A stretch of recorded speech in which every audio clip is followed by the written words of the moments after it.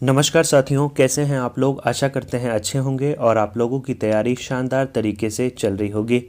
तो आज की इस वीडियो में हम लोग साथियों प्रमुख आंग्ल युद्ध से संबंधित सारी जानकारियों की चर्चा करेंगे। यहाँ से बिहार दरोगा में हर बार प्रश्न पूछे जाते हैं, इनसे संबंधित संधिया से भी प्रश्न पूछे जाते हैं। तो इस वीडियो में हम लोग जितने भी प्रमुख आंग्ल युद्ध हुए हैं उसकी चर्चा करेंगे और अंत में साथियों हम लोग जितने भी प्रमुख कृषि सुधार कानून लाए गए थे उनसे भी संबंधित चर्चाएं करने वाले हैं। तो वीडियो को शुरू से लेकर अंत तक ज़रूर देखिएगा।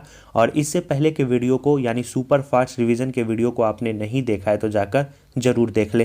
प्लेलिस्ट भी बना होगा साथियों बिहार दरोगा सुपर फास्ट रिवीजन के नाम से, तो सभी वीडियो को जरूर देख लीजिएगा क्योंकि एक एक वीडियो से आपके एग्जाम में क्वेश्चन पूछे जाएंगे।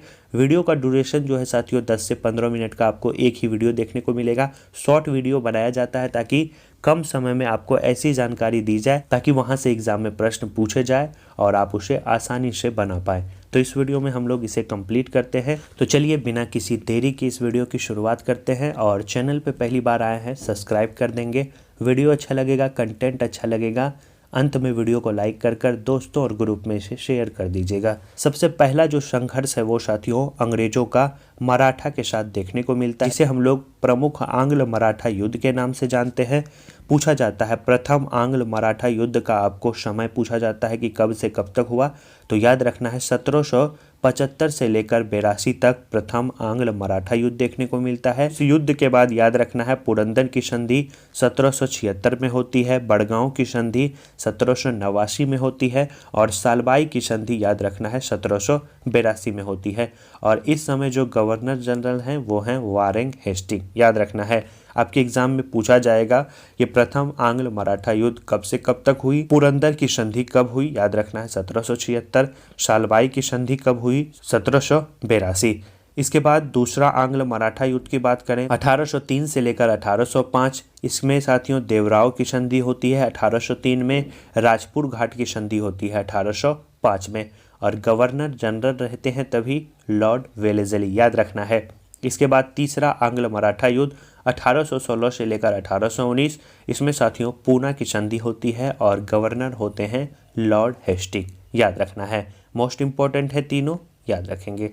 अगला है साथियों प्रमुख आंग्ल कर्नाटक युद्ध। अंग्रेजों का कर्नाटक के साथ जो है संघर्ष उसे हम लोग आंग्ल कर्नाटक युद्ध के नाम से जानते हैं। आंग्ल का अर्थ साथियों अंग्रेज से है। प्रथम कर्नाटक युद्ध की बात करें तो 1746 से लेकर 48 देखने को मिलती है। इंपॉर्टेंट है, पूछा गया क्वेश्चन है। और इस युद्ध की जो समाप्ति है वो एला शापल की संधि से होती है 1748 में। इसके बाद दूसरा कर्नाटक युद्ध होता है 1749 से 1754 में। इसकी जो समाप्ति है वो पांडिचेरी की संधि से देखने को मिलती है 1755 में। और तीसरा जो कर्नाटक युद्ध है वो है 1756 से 1763। इसकी जो समाप्ति है वो पेरिस की संधि से देखने को मिलती है 1763 में। याद रखेंगे एला शापल की संधि 1748, पांडिचेरी की संधि 1755 और पेरिस की संधि याद रखना है 1763। पूछा गया क्वेश्चन है कि द्वितीय कर्नाटक युद्ध की समाप्ति किस संधि से होती है, तो याद रखना है पांडिचेरी की संधि, प्रथम की एला शापल की संधि और तृतीय कर्नाटक युद्ध की समाप्ति पेरिस की संधि से देखने को मिलती है। रटने वाला टॉपिक है साथियों, रटना होगा। नेक्स्ट हम लोग चर्चा करते हैं प्रमुख आंग्ल मैसूर युद्ध। प्रमुख आंग्ल मैसूर युद्ध, मैसूरों के साथ अंग्रेज के 4 संघर्ष यानी 4 आंग्ल युद्ध देखने को मिलते हैं। पहला आंग्ल मैसूर युद्ध 1767 से लेकर 1769 के बीच देखने को मिलता है और इसकी समाप्ति मद्रास की संधि से होती है 1769 ईस्वी में। और गवर्नर जनरल तभी ज़्यादा इंपॉर्टेंट नहीं, तो गवर्नर जनरल को हम लोग नहीं याद करेंगे, सिर्फ याद करेंगे प्रथम आंग्ल मैसूर युद्ध 1767 से 1769 के बीच और इसकी समाप्ति मद्रास की संधि। द्वितीय आंग्ल मैसूर युद्ध की बात करें 1780 से लेकर 1784, मंगलौर की संधि से जो है इसकी समाप्ति होती है 1784 में। और द्वितीय आंग्ल मैसूर युद्ध के दौरान ही याद रखना है आपको हैदर अली की मृत्यु भी होती है, तो ये भी बात आप याद रखेंगे। इसके बाद तृतीय आंग्ल मैसूर युद्ध की बात करें 1790 से 1792 के बीच इसका काल है और इसमें जो संधि होती है वो होती है श्रीरंगपट्टनम की संधि 1792 में। और नेक्स्ट है और अंतिम है चतुर्थ आंग्ल मैसूर युद्ध 1799 मोस्ट इंपॉर्टेंट है। इसका साथियों गवर्नर भी पूछा जाता है, तो याद रखना है लॉर्ड वेलेजली थे। और टीपू सुल्तान की मृत्यु हो जाती है चतुर्थ आंग्ल मैसूर युद्ध में।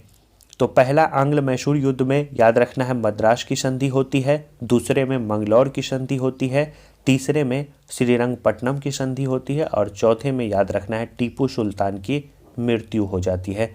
तो ये आंग्ल मैसूर युद्ध से संबंधित कुछ फैक्ट्स हैं।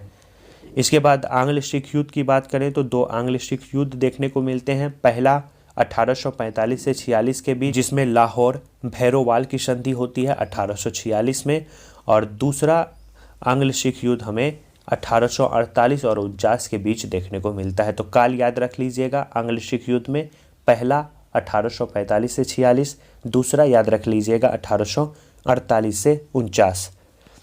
इसके बाद प्रमुख आंग्ल नेपाल युद्ध की बात करें, प्रीवियस ईयर में पूछा गया क्वेश्चन है, VVI लगा लेंगे।